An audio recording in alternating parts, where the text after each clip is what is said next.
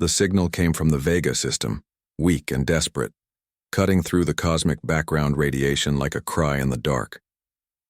Lieutenant Commander Sarah Chen was pulling the night shift at the Deep Space Monitoring Station when the computers flagged the transmission as non-terrestrial. Her coffee went cold as she listened to the automated translation, her hands trembling slightly as the meaning became clear. This is research vessel Luminous Path of the Zenthari Republic. We are under attack by unknown hostile forces. Repeat, we are under attack. Our defensive systems are failing. If anyone receives this transmission, please send help. We have civilians aboard, including children. Our coordinates are. The message dissolved into static before repeating again. Sarah had been monitoring deep space communications for 12 years, ever since humanity had developed faster-than-light communication arrays. Most signals were routine scientific data exchanges with the handful of alien civilizations that had made contact with Earth. The Zenthari were one of the friendlier species, a race of tall, ethereal beings who resembled ancient Earth depictions of angels complete with translucent wings that could fold against their backs. They were scholars and artists, not warriors. She immediately forwarded the signal to Admiral Harrison's office, knowing it would wake him despite the late hour. The response came back within minutes. Assemble the Emergency Council, Priority Alpha. Within 3 hours, the most powerful leaders on Earth sat in the secure conference room beneath the United Earth Defense Headquarters in Geneva. President Martinez looked grim as Admiral Harrison played the transmission again. The alien words, translated by their most advanced AI systems, filled the room with an urgent desperation that made everyone uncomfortable. "How far is the Vega system?" asked Defense Secretary Williams. "Approximately 25 light-years," replied Dr. Okafor, the chief xenobiologist. "With our fastest ships, we could reach them in about 6 months, using the new Alcubierre drives." 6 months, President Martinez repeated slowly. "They'll be dead by then." Admiral Harrison cleared his throat. "Actually, ma'am, we might have another option. The experimental jump gate technology that we've been developing with the Arctanian Collective. It's untested for distances this far, but theoretically..." "Theoretically what, Admiral?" "We could have a fleet there in 72 hours. The room fell silent. The jump gate technology was humanity's most closely guarded secret, developed in partnership with the Arcturians over the past 5 years. It could create temporary wormholes through space, but the power requirements were enormous, and they had never attempted a jump longer than 10 light-years. General Foster leaned forward. "What kind of fleet are we talking about? The Zenthari message mentioned unknown hostile forces. We don't know what we're walking into." Admiral Harrison had clearly been thinking about this. "The Fifth Fleet is currently conducting exercises near Jupiter. 12 destroyers, 6 cruisers, 2 battleships, and the carrier Yorktown with her full complement of fighters. Plus the new dreadnought Enterprise that just finished her trials. That's nearly our entire deep space combat capability," Secretary Williams pointed out. "Yes, sir. It is." President Martinez stood and walked to the large display showing a map of known space. The Zenthari territory was marked in soft blue, a small cluster of systems on the edge of the galactic arm. Beyond that lay vast regions marked in red, unexplored space where long-range sensors had detected massive energy signatures and what appeared to be artificial structures of unknown origin. "The Zenthari have been our allies for 8 years, she said quietly. "They shared their medical technology with us. When the plague hit our Mars colonies, they sent their best doctors. Thousands of human lives were saved because of their generosity." She turned back to the assembled leaders. "They're calling for help, that's what the message says, not just assistance or aid. Help. When someone calls for help, you answer. That's what makes us human." Dr. Okafor spoke up. "Ma'am, with respect, we don't know what destroyed their ship. It could be a natural phenomenon, pirates, or something much worse, sending our entire fleet into an unknown situation. Could get them all killed," President Martinez finished. "Yes, I understand the risks, Doctor, but I also understand what it means to abandon people who trusted us enough to call for help." Admiral Harrison activated the holographic display in the center of the table. "I've been analyzing the background data in their transmission. There are energy signatures consistent with directed plasma weapons, but the power levels are off the charts. Whatever attacked them is using technology significantly more advanced than anything we've encountered. How significantly? Asked General Foster. At least 50 years ahead of our current capabilities. Possibly more. The silence stretched on for long minutes. Finally, President Martinez spoke again. Admiral, how long would it take to prepare the Fifth Fleet for a jump gate deployment? 18 hours to modify their drives for gate transit.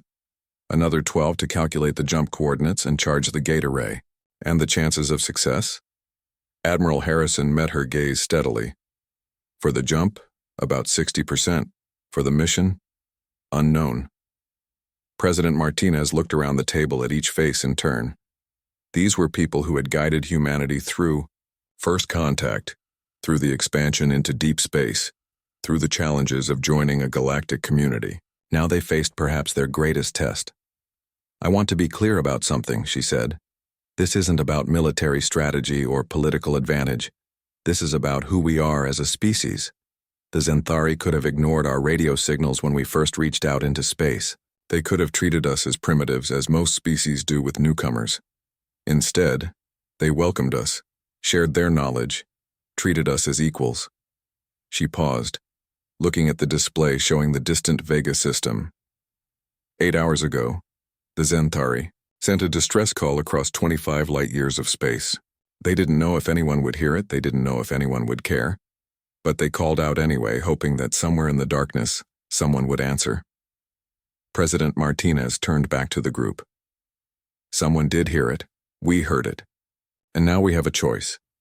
We can calculate the risks, weigh the strategic implications, consider the cost-benefit analysis, or we can remember that there are Zenthari children somewhere in the Vega system, probably crying for their parents, right? Now, while something terrible hunts them through the void, the vote was unanimous. Within 30 minutes, Admiral Harrison was issuing orders to the Fifth Fleet. The largest military deployment in human history was about to begin, launched not for conquest or defense, but because someone had asked for help. And humanity had never learned how to say no to that kind of request. The preparations aboard the UES Enterprise moved with an efficiency that impressed even the veteran crew members. Captain Elena Vasquez had commanded the massive dreadnought for only 3 months, but her crew trusted her completely. She stood on the bridge watching the controlled chaos of a fleet preparing for war, her dark eyes reflecting the tactical displays that showed ship after ship, checking in as ready for immediate deployment. Captain, we're receiving the final jump gate calculations from Earth, reported Lieutenant Wong from the communications station. Admiral Harrison is requesting final confirmation of fleet readiness. Vasquez nodded to her executive officer, Commander Jackson, who began the roll call. All stations report. Weapon systems at full capacity, called out Weapons Officer Torres. All missile tubes loaded, plasma cannons charged, and point defense systems online. Engineering reports all drives modified for gate transit, added Chief Engineer Petrov over the intercom. Power systems running at optimal efficiency. Fighter squadrons fueled and armed, reported the CAG, Commander Lisa Park. Pilots are briefed and standing by. Vasquez opened the fleet communication channel. All ships, this is Enterprise Actual. Final status report. One by one, the voices of 20 ship captains confirmed their readiness. Destroyers like the Achilles and Spartacus, built for speed and precision strikes. Heavy cruisers including the Leningrad and Cairo, designed to punch through enemy lines. The battleships Yamamoto and Nelson, floating fortresses capable of engaging multiple targets simultaneously. And the carrier Yorktown, her hangar bays filled with the most advanced fighters humanity had ever built. It was an impressive force, representing decades of technological advancement and billions of credits in development. But as Vasquez studied the tactical projections, she couldn't shake the feeling they were bringing knives to a gunfight. The jump gate itself was a marvel of engineering, a ring structure nearly 2 kilometers in diameter that had been towed into position beyond Jupiter's orbit. Its construction had required resources from across the solar system and the combined scientific knowledge of 3 alien species. Now it would attempt something that existed only in theoretical papers, creating a stable wormhole across 25 light-years of space. Dr. Sarah Kim, the project's lead scientist, appeared on the main screen from the gate control station. Captain Vasquez, we're beginning the charging sequence now. The exotic matter injection will take 47 minutes, then we'll have a 30-second window for transit. Understood, Doctor. What are the risks if we lose cohesion during transit? Dr. Kim's expression was carefully neutral. Best case scenario, you'd be scattered across several light years of space. Worst case, well, let's just say the mathematics suggest you'd experience what we technically call existence failure. Despite the gravity of the situation, Vasquez smiled slightly. I'll make sure to avoid that option, Doctor. The next hour passed with agonizing slowness. The fleet moved into precise formation, each ship's position calculated to optimize their chances of arriving together at the destination. Vasquez walked among her bridge crew, offering quiet words of encouragement and checking final preparations. She paused at the navigation station where Ensign Rodriguez was running final calculations. How are you holding up, Rodriguez? The young officer looked up nervously. To be honest, Captain, I keep thinking about the Xanthari children mentioned in that distress call. My daughter is about the same age as their younglings are supposed to be. Then you understand why we're doing this, Vasquez replied quietly. Sometimes the right thing to do and the smart thing to do aren't the same. Today we're choosing to do the right thing. The final minutes before departure were filled with routine tasks that somehow felt momentous. Crew members sent final messages to loved ones. Weapons were checked one last time. Emergency protocols were reviewed. Then Dr. Kim's voice crackled over the comm. Jump gate at full power. Wormhole stabilization in 10 seconds. All ships prepare for transit. Vasquez settled into her command chair and activated the fleet channel. This is Captain Vasquez to all ships. Whatever we find on the other side, remember that we represent not just humanity, but the ideals that make us human. Compassion, courage, and the refusal to abandon those who call for help. She paused, looking around at her bridge crew's determined faces. We don't know what destroyed the Xanthari ship. We don't know if we'll be walking into an ambush, a natural disaster, or something worse. What we do know is that someone asked for help and we answered. That's what we do. That's who we are. The wormhole opened like a flower of twisted spacetime, its edges crackling with energies that made reality itself seem to bend. Through the aperture, instead of the familiar starfield, there was only an impossible tunnel of swirling light and shadow that seemed to extend into infinity. All ships, execute jump. See you on the other side. The Enterprise accelerated smoothly into the wormhole, followed by the rest of the fleet in perfect formation. For 30 seconds, that felt like an eternity. They traveled through a space that existed between dimensions, where the normal rules of physics became suggestions and time moved in stuttering, irregular beats. Then they emerged into the Vega system, and everything changed. The first thing Vasquez noticed was the debris.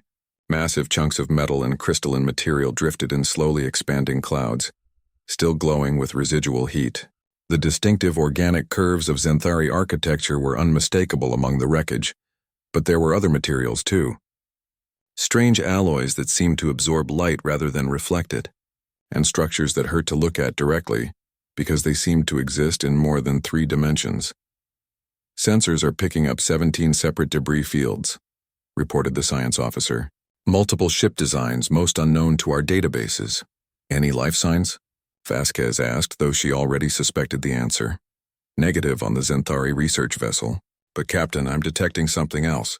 3 massive energy signatures at the edge of the system, partially hidden behind Vega's stellar output. The tactical display updated to show 3 enormous objects, each easily 10 times larger than the Enterprise. They were moving slowly but purposefully toward the inner system, and their energy readings were unlike anything in human databases. Captain, Communications Officer Wong called out urgently. I'm picking up a transmission. It's directed at us and put it through. The voice that filled the bridge was deep and resonant, speaking in perfectly fluent English despite the fact that no known species had ever learned the language so completely. Human vessels, you have entered a restricted area. Your presence here confirms certain theories we have been developing about your species. You may consider yourselves fortunate that we are curious about your capabilities. Vasquez exchanged glances with Commander Jackson before responding. This is Captain Elena Vasquez of the United Earth ship Enterprise. We received a distress call from a Xanthari research vessel and came to provide assistance. Who am I speaking with? You may call us the Hegemony. The Xanthari vessel attempted to gather intelligence about our operations in this system. This was unacceptable. Their destruction served as both punishment and experiment. The casual way the aliens spoke about destroying an entire ship filled with civilians made Vasquez's blood run cold. There were children aboard that ship. Yes, we observed their final moments with great interest. Your species' emotional attachment to offspring is well documented, which makes your arrival here particularly intriguing. You traveled 25 light-years to assist beings that are not even your own species. This suggests either remarkable altruism or profound stupidity. Vasquez stood up from her command chair, her voice carrying across the bridge with quiet authority. I guess you're about to find out which one it is. The 3 hegemony vessels began moving toward the human fleet with a grace that belied their massive size. Each ship was a work of dark artistry, all flowing curves and sharp angles that seemed to shift and change as they moved. Captain Vasquez had seen many alien designs, but these ships felt wrong somehow, as if they had been built by minds that viewed the universe through a fundamentally different lens. Analysis. Mr. Torres, she ordered her weapons officer. Each vessel is approximately 4 kilometers long and 2 wide. Power output is significant. I'm reading energy levels that exceed our entire fleet's combined output by a factor of 12.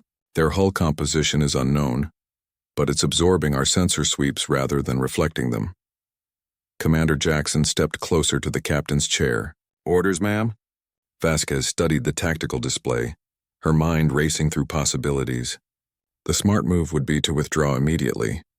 They were outgunned, outnumbered in terms of firepower, and facing an enemy they knew nothing about. But the debris field around them told a story she couldn't ignore. The Xanthari research vessel had been utterly destroyed, not just defeated but obliterated with what appeared to be casual efficiency. Open a channel to Admiral Harrison on Earth, she ordered. Ma'am, the quantum communicator will take 18 minutes to establish a connection across this distance. Wong reported. Then we'll have to make our own decisions. Vasquez activated the fleet communication system. All ships, this is Enterprise Actual. Form defensive formation Delta 7. Weapons hot but do not target unless fired upon. We're here to investigate the destruction of an allied vessel, not to start a war. The human fleet smoothly rearranged itself into a defensive sphere, with the Enterprise and Yorktown at the center, surrounded by the battleships and cruisers, with the destroyers forming an outer screen. It was a formation designed to maximize defensive firepower while protecting their most valuable assets. The hegemony voice came through the communication system again, carrying what might have been amusement. Your tactical formation is adequate for fighting opponents of your own technological level. However, you appear to misunderstand your situation. You are not here to negotiate or investigate. You are here to be studied. I'm getting tired of your attitude, Vasquez replied calmly. Let me make something clear. The Xanthari are our allies. They asked for help and we came. If you destroyed them, then you've made an enemy of humanity. If you think you can threaten us or experiment on us, you're about to learn why that's a bad idea. Captain, Science Officer Park interrupted urgently. I'm detecting massive energy buildup in the lead hegemony vessel. Whatever they're charging, it's beyond our measurement capabilities.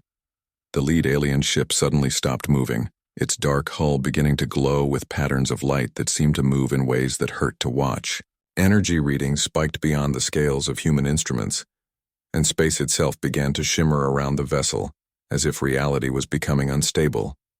All ships, evasive maneuvers. Vasquez shouted.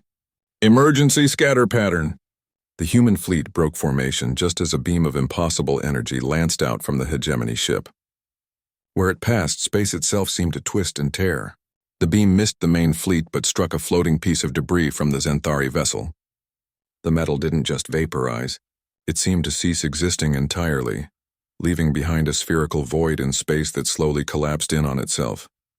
Dear God, whispered Commander Jackson, they can unmake matter itself. But Vasquez was looking at something else on the tactical display. Mr. Torres, did you see the power fluctuation in their ship when they fired that weapon? Yes, ma'am. Massive energy drain. Their power output dropped by nearly 40% and is still recovering.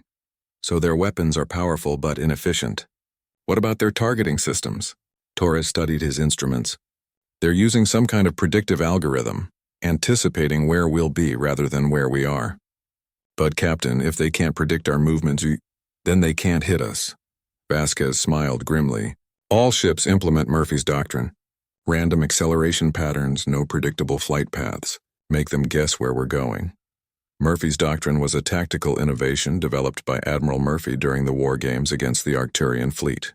Instead of following standard evasive patterns, each ship moved according to truly random number generators, making their movements impossible to predict even for advanced AI systems.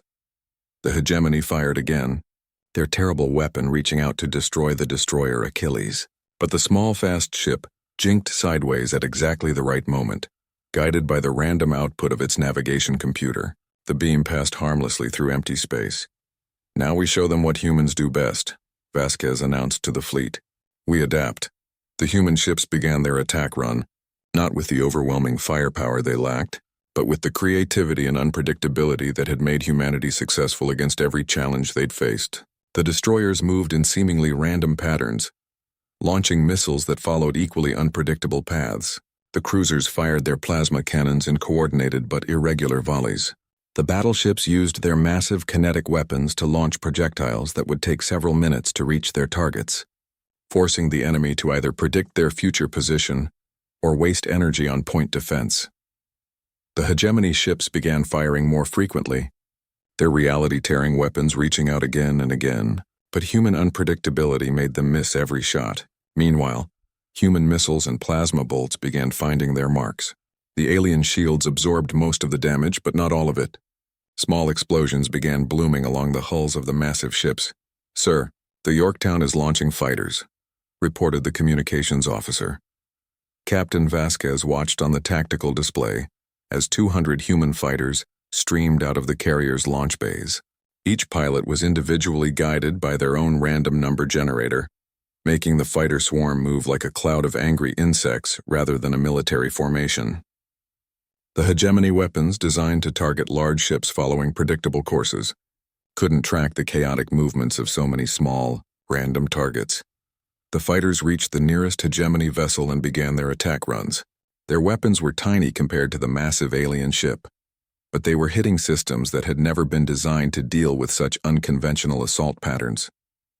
Point defense turrets, used to tracking incoming missiles, couldn't keep up with fighters that randomly changed direction every few seconds. "Captain," Science Officer Park called out excitedly, "the lead hegemony ship is withdrawing. Their power output is fluctuating wildly." Indeed, the massive alien vessel was backing away from the human fleet, its hull showing dozens of small impact points where fighter weapons had found their mark. The other two ships moved to flank it protectively. The hegemony voice returned, but this time it carried a note of genuine surprise. "Your tactics are unprecedented. Your individual units operate without central coordination, yet achieve collective effectiveness. This is not consistent with our observations of organized military forces." "That's because you don't understand humans," Vasquez replied. "We don't just follow orders and stick to doctrine. Every one of my people is thinking, adapting, improvising. You might be able to predict how our ships will move, but you can't predict how 200 individual human minds will react under pressure. This requires further study. We withdraw for now, but this encounter has provided valuable data about your species' capabilities. You may consider yourselves fortunate that we find you more useful alive than dead." The three hegemony ships began moving away from the human fleet, accelerating to incredible speeds before vanishing in flashes of twisted space-time. They left behind the debris fields, the questions, and a human fleet that had just announced to the galaxy that humanity would not be intimidated. But as Captain Vasquez looked at the wreckage of the Zenthari research vessel, she knew this was just the beginning. The hegemony hadn't been defeated. They had been surprised. Next time, they would be prepared for human unpredictability. The question was, what would humanity do for an encore? 3 weeks after the encounter in the Vega system, emergency sessions were being held in council chambers across known space. The news of humanity's confrontation with the hegemony had spread through the galactic community like wildfire, carried by quantum communication arrays and faster-than-light courier ships. In the gleaming spires of the Zenthari homeworld, the crystalline cities of the Arcturian Collective, and the deep ocean chambers of the Aquarian Republic, the same conversations were taking place. Humanity had engaged an enemy that no one else had dared to face. "Ambassador," Kethvar of the Zenthari delegation, stood before the assembled representatives of 12 species in the Galactic Council chambers on Kepler Station. His translucent wings, normally a soft blue when calm, were showing the deep purples and reds that indicated extreme distress. "Honored colleagues," he began, his voice carrying the musical tones that made Zenthari speech so beautiful.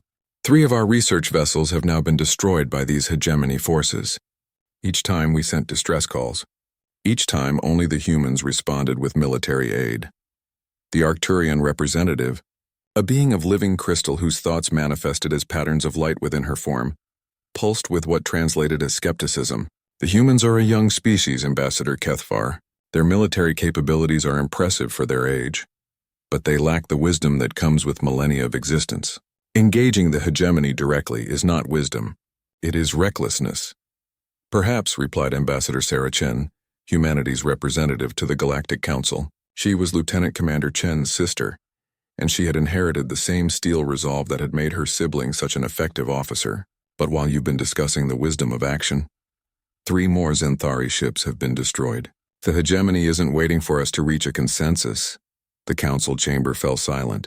Through the massive transparent aluminum windows, the stars were visible as tiny points of light, but everyone present knew that somewhere among those distant suns, the hegemony was continuing their inexorable expansion.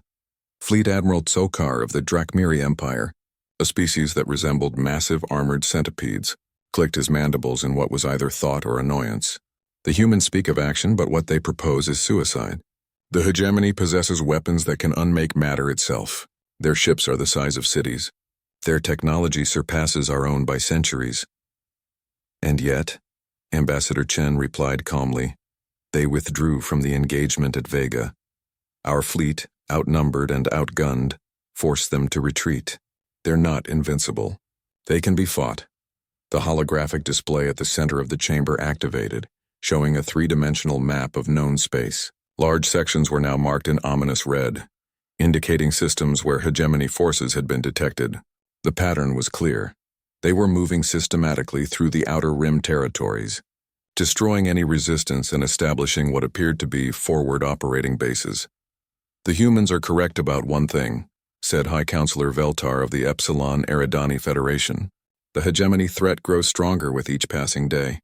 Our individual fleets cannot match their technology, but perhaps together—" "A combined fleet has been attempted before," interrupted the Arcturian representative.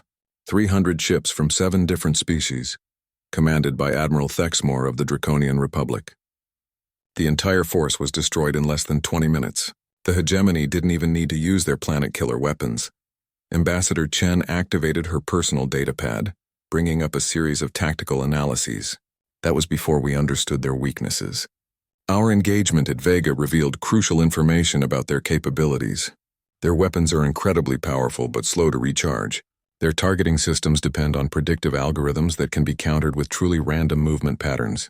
Most importantly, they're not used to facing enemies who can adapt in real time." She paused, looking around the chamber at the assembled representatives of 12 civilizations. "The hegemony has been conquering species for millennia.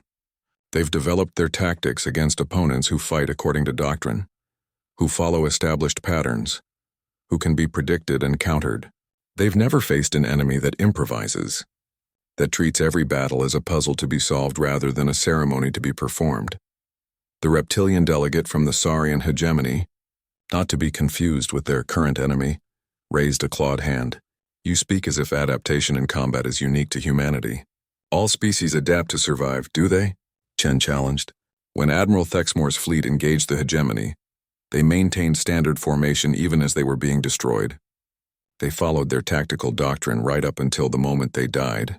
No species has ever developed the human concept of thinking outside the box during active combat."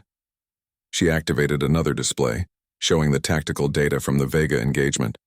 "Our destroyers performed random evasive maneuvers that had no tactical logic whatsoever. Our fighters attacked in patterns that would be considered chaotic by military standards.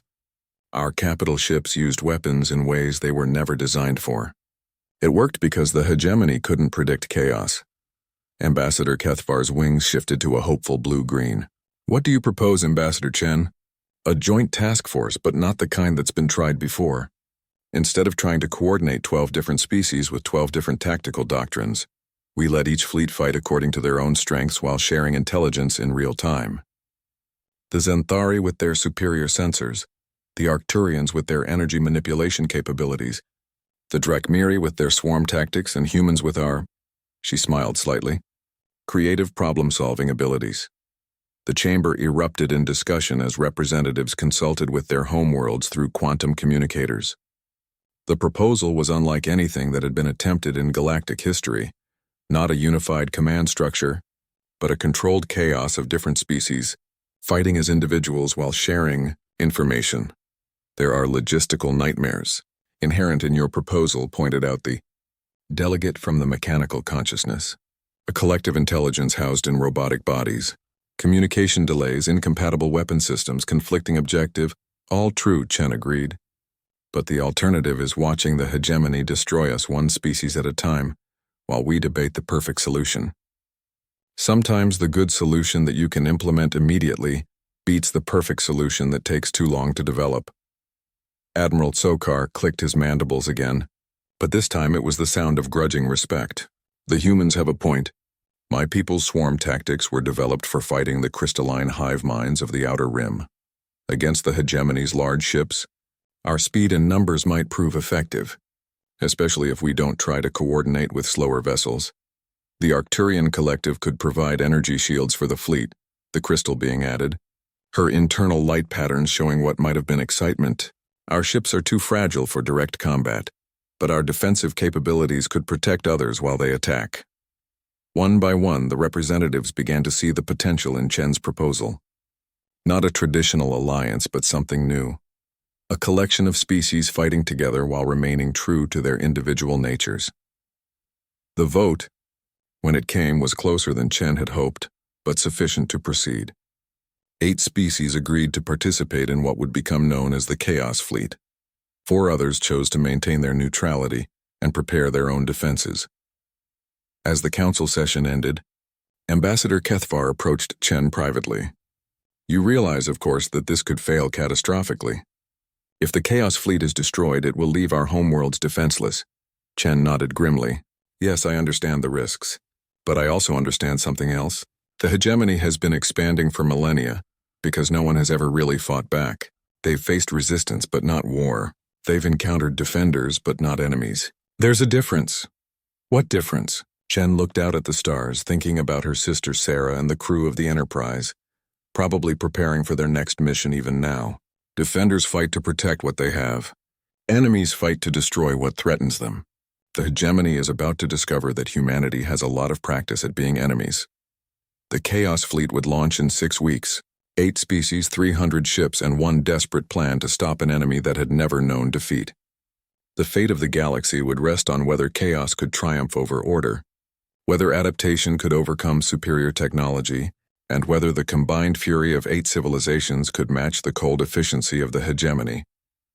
But for the first time since the crisis began, Ambassador Chen felt something that had been missing from all previous discussions: hope. The assembly point was a barren system designated only as catalog number HD 1649595, 13 light-years from the nearest inhabited world. Over the course of 2 weeks, ships had been arriving through various means: jump gates, Alcubierre drives, wormhole generators, and technologies that human scientists could barely comprehend. The result was the most diverse fleet ever assembled in galactic history. Captain Vasquez stood on the observation deck of the Enterprise, watching as the last Drakmiri vessels arrived in formation. The insectoid species ships looked like massive beetles constructed from black metal and chitin, their hulls bristling with point defense systems and fighter launch bays. Each vessel carried thousands of Drakmiri warriors, bred for combat and coordinated through pheromone-based communication that operated faster than electronic signals. It's quite a sight, commented Admiral Harrison, who had taken personal command of the human contingent. I've been in the service for 30 years, and I never imagined I'd see anything like this. The tactical display showed the full scope of the Chaos Fleet: 47 human vessels, including the new Dreadnought-class ships that had been completed in record time following the Vega engagement. 63 Drachmiri swarm ships designed for overwhelming numerical superiority. 32 Zenthari vessels, their organic curves and crystal arrays optimized for sensor work and long-range support. 28 Arcturian ships that seemed to be made of pure energy contained within geometric force fields. The remaining ships represented 4 other species, each bringing their own unique capabilities to the fleet.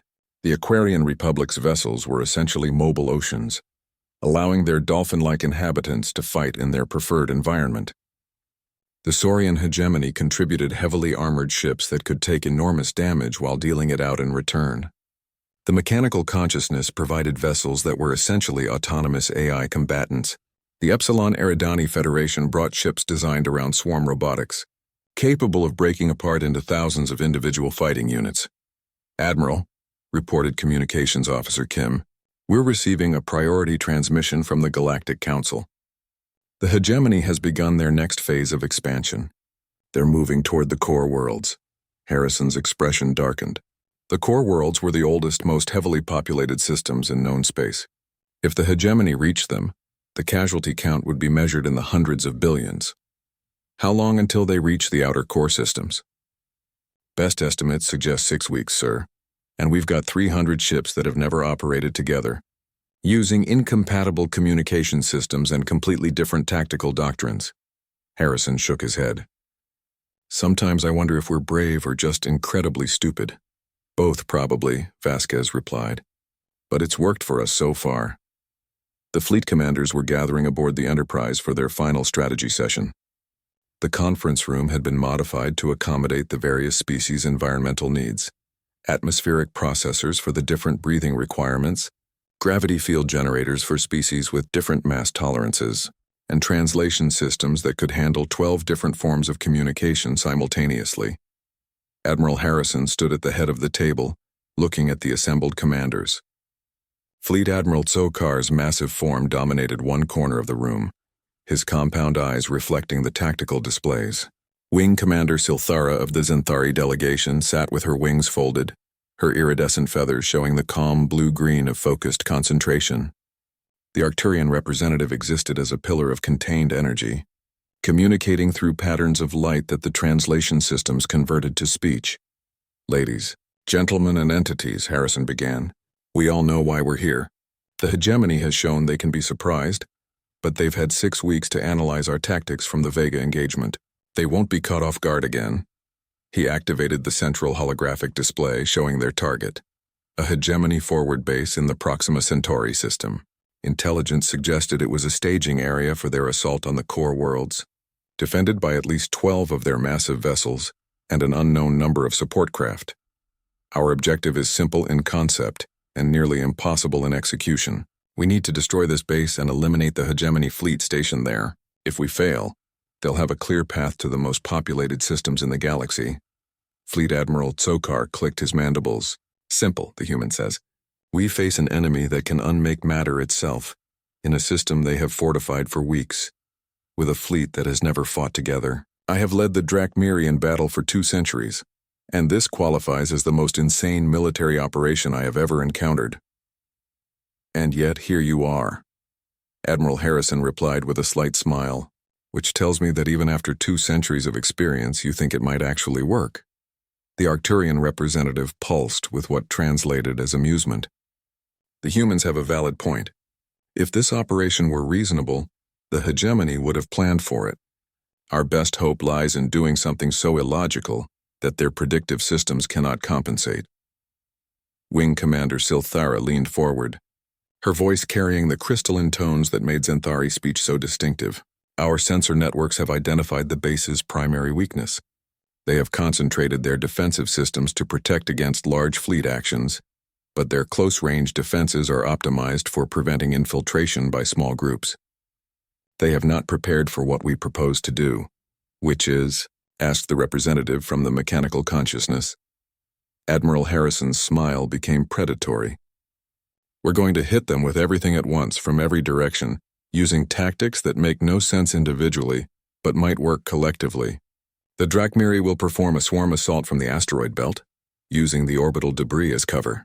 The Zenthari will conduct long-range sensor-guided bombardment from outside the system while simultaneously jamming their communications. The Arcturians will create massive energy shields to protect our approach routes. The humans will execute random attack patterns designed to confuse their targeting systems. And the rest of us? Asked the Aquarian commander through her translation system. You'll do what you do best, but all at the same time. The Aquarians will use their fluid dynamics expertise to create gravity wells that disrupt enemy formations. The Saurians will charge straight at their biggest ships and tank their firepower while the rest of us maneuver. The mechanical consciousness will hack their systems during the chaos. The Epsilon Eridani forces will break into swarm mode and attack their infrastructure directly. Fleet Admiral Tsokar was silent for a long moment. This is not tactics. This is controlled chaos. Exactly, Harrison replied.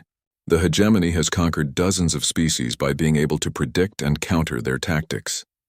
They've never faced an enemy that deliberately chose to be unpredictable. The planning session continued for 6 hours, covering everything from communication protocols to emergency fallback positions. The challenge wasn't just military, it was logistical. How do you coordinate 8 different species with 8 different concepts of time, space, and warfare into a single effective fighting force? The answer, as it turned out, was that you don't. Instead, you give each species clear objectives and let them accomplish those objectives in their own way, while sharing real-time intelligence to prevent them from interfering with each other. As the commanders prepared to return to their ships, Wing Commander Silthera approached Admiral Harrison privately. You realize, of course, that if this fails, it will likely mean the end of our civilizations. Harrison nodded gravely. Yes, I understand the stakes. But I also understand something else.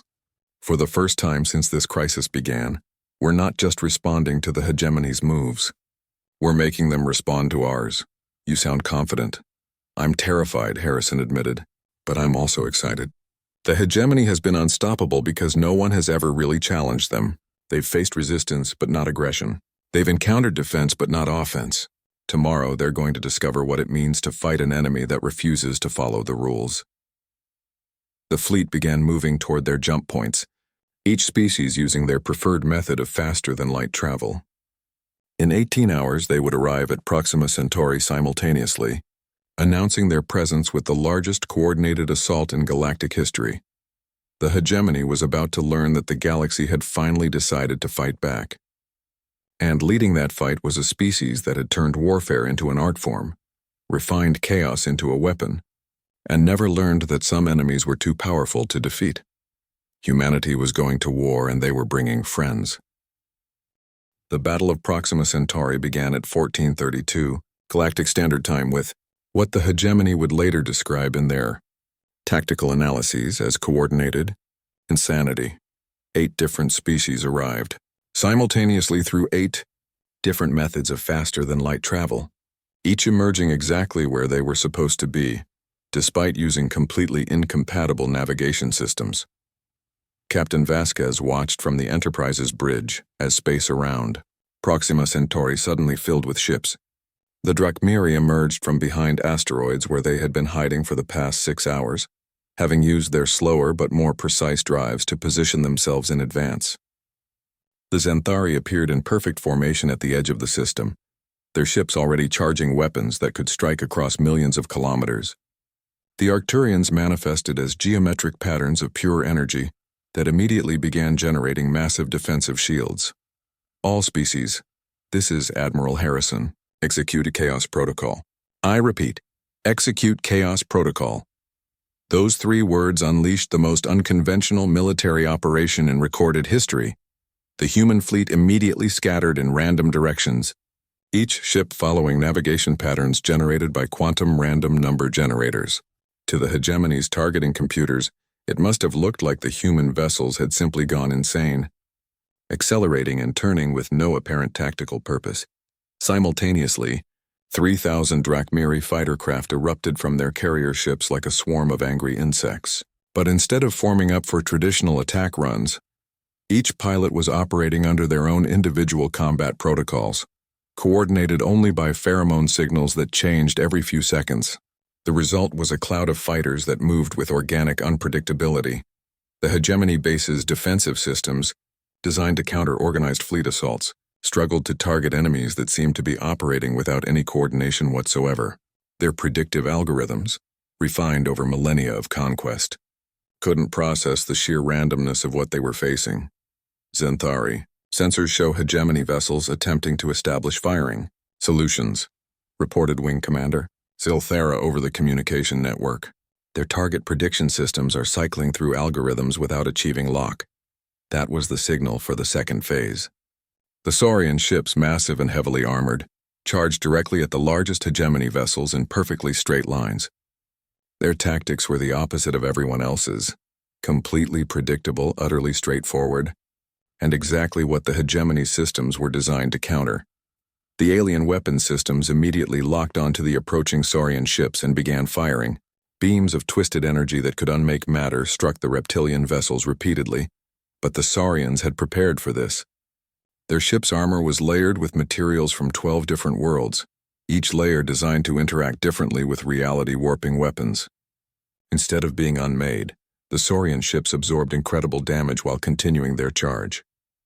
"This is Admiral Vextar to all Chaos Fleet elements," came the gravelly voice of the Saurian commander. "We are drawing their primary fire. Recommend exploitation of this tactical opportunity." While the hegemony focused their most powerful weapons on the charging Saurian ships, the rest of the Chaos Fleet struck from every other direction. Aquarian vessels used their mastery of fluid dynamics to create localized gravity distortions, causing two hegemony ships to collide with each other. The mechanical consciousness launched cyber attacks that turned the base's own defensive systems against each other. Epsilon Eridani ships broke apart into thousands of robotic drones that swarmed over hegemony vessels like metallic parasites. But it was the human contribution that proved most effective against an enemy that relied on prediction and order. Commander Lisa Park led her fighter squadrons in attacks that violated every principle of tactical warfare. Fighters flew in corkscrews, figure eights, and patterns that spelled out ancient Earth words in languages the hegemony had never encountered. The sheer absurdity of the human tactics made them impossible to counter. "Enterprise, this is Fighter Squadron 7, came Park's voice over the comm. "We're performing the Beethoven maneuver on the lead hegemony vessel. Recommend symphonic support from the fleet." Vasquez couldn't help but smile as she watched human fighters execute attack runs choreographed to classical music. It was insane, it was beautiful, and it was working. The hegemony's point defense systems, programmed to track logical attack vectors, couldn't compensate for fighters that were essentially dancing through space. The tide of battle turned when the Arcturians revealed their true capability. The geometric patterns of energy that had been providing defensive shields suddenly reconfigured themselves into massive weapons arrays. Beams of pure creation energy struck the hegemony ships, not to destroy them but to transform them. Hulls that had been engineered to absorb energy found themselves converted into crystal matrices that shattered under their own mass. "Hegemony command vessel is attempting to withdraw," reported the Xanthari sensor network. "They are powering their reality displacement engines. All human vessels, execute Murphy's last stand," Admiral Harrison ordered. It was a tactic that existed in human military doctrine only as a theoretical last resort. Every ship in the fleet would simultaneously ram the enemy command vessel, not to destroy it but to prevent its escape. The maneuver was considered so dangerous that it had never been attempted in actual combat. But the human fleet began accelerating toward the massive hegemony command ship. Not in formation, but in a chaotic swarm that made individual targeting impossible. The alien vessel's weapon systems couldn't lock onto so many random targets approaching from every direction. At the last possible moment, the human ships didn't ram the enemy vessel. Instead, they used their momentum to execute synchronized gravity-assisted turns, creating a spherical formation around the hegemony ship that trapped it in overlapping tractor beam fields. "Hegemony command vessel, this is Admiral Harrison of the United Earth Fleet.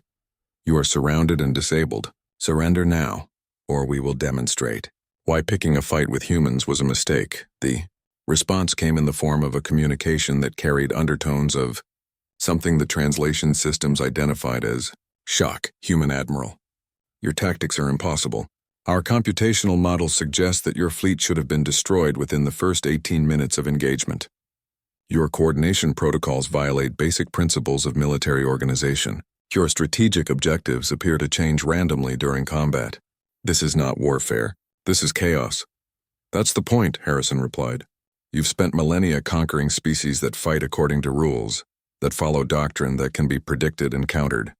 You've never faced an enemy that treats war as an improvisation exercise. This level of tactical randomness should result in catastrophic friendly fire incidents and complete command breakdown. Admiral Harrison looked around his bridge at his officers, each of whom was grinning despite the exhaustion of the past 6 hours of combat. You're not wrong. Half the things we did today should have been impossible. We should have shot each other, crashed into our allies, and gotten lost trying to execute maneuvers that make no tactical sense. Then how did you achieve victory? Because we're not just random, we're human random. There's a difference. We can be chaotic and organized at the same time, unpredictable and coordinated, individual and collective. We've been practicing this kind of controlled madness for our entire history. We call it jazz music, improvisational theater, and democracy. The hegemony command ship was silent for several minutes. Finally, the alien voice returned, carrying what might have been resignation. The hegemony withdraws from this sector. Your species and your allies have demonstrated capabilities that our doctrine cannot counter. We will establish new borders that do not include your territories. Not good enough, Admiral Harrison replied firmly. The hegemony will withdraw from all territories inhabited by the species represented in this fleet. You will provide reparations for the ships and lives you destroyed, and you will agree to non-aggression treaties with all members of the Galactic Council. Your demands are excessive for a single military victory. This wasn't a single military victory. This was a demonstration. Today, 8 species worked together to defeat forces that had been conquering the galaxy for millennia. Tomorrow there will be 12 species. Next week, 20. You've united the galaxy against you, and we've proven that you can be beaten. Harrison paused, looking at the tactical display that showed hegemony ships throughout the system either destroyed or disabled. The galaxy is under new management, and the new management doesn't tolerate bullies. The hegemony withdrawal began immediately. Over the following weeks, their forces retreated from dozens of systems, abandoning forward bases and relinquishing territory they had held for centuries. The species they had oppressed began to regain their freedom, and many of them requested membership in what became known as the Chaos Alliance. In the end, historians would note that the Battle of Proxima Centauri marked the beginning of a new era in galactic politics. Not because of superior technology or overwhelming force, but because one species had answered a call for help and refused to abandon those who trust.